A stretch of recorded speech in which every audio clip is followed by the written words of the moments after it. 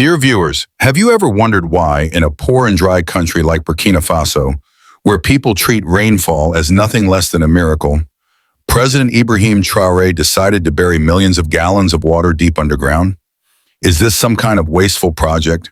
Or could it be a revolutionary step that has shocked scientists and experts across the world?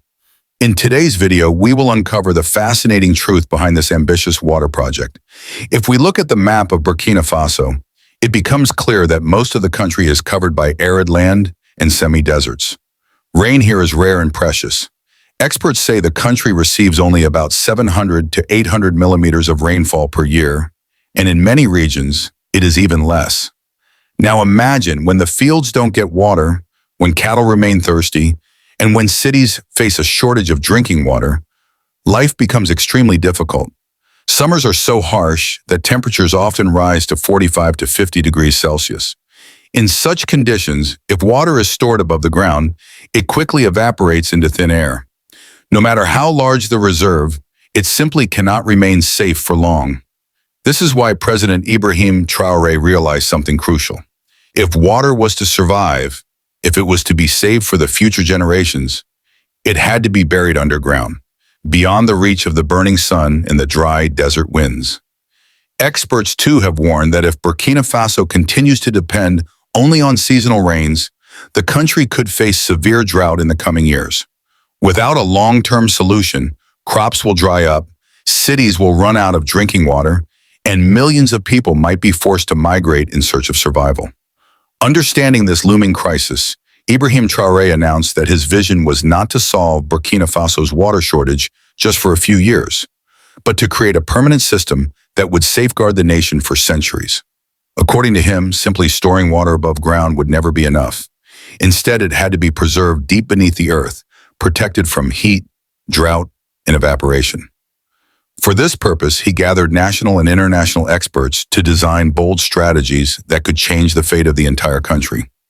To bring this bold vision to life, Ibrahim Traore joined hands with foreign engineers and experts, creating a new national strategy for water security.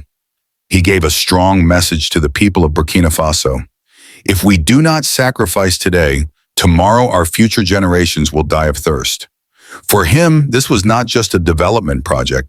It was nothing less than a battle for national survival. And this battle soon became a ray of hope for the entire country. The first step of Traore's plan was the construction of dams. For centuries, rainfall in Burkina Faso would simply vanish into the sand or rush away in floods, wasted without being used. But Traore declared that not a single drop of rain should be lost anymore. Across the nation, dozens of small and large dams were built. These dams not only collected rainwater and floodwater, but also made it reusable for farming, livestock, and cities. For farmers, this was a complete revolution. In the past, they would plant crops while waiting for rain, only to watch them wither away.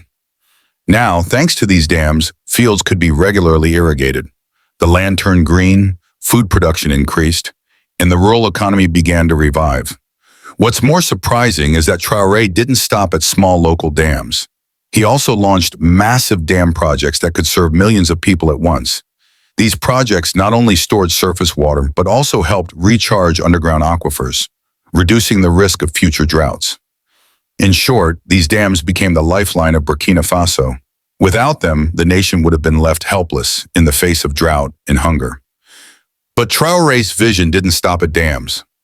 After securing rainfall, he turned his attention to the hidden treasure beneath the earth: groundwater aquifers.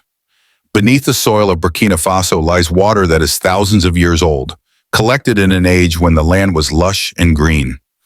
Experts call this fossil water, a rare and finite resource from ancient rains and rivers that no longer exist.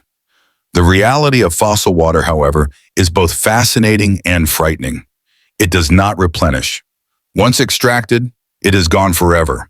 It is like a man living off his old savings without earning new income. He feels secure for a while, but one day the savings run dry. This same danger now hovers over Burkina Faso, but President Traore understood it well.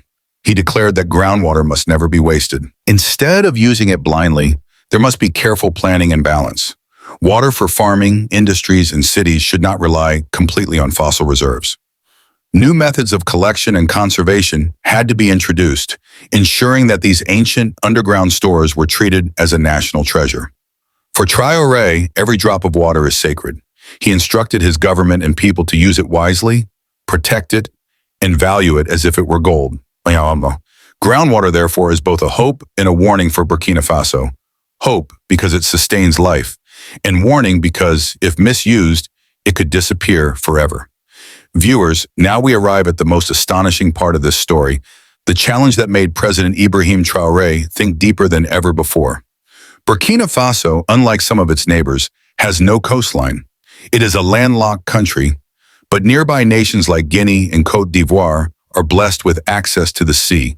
Traoré realized a powerful truth. If Burkina Faso is to survive, it cannot fight this battle alone.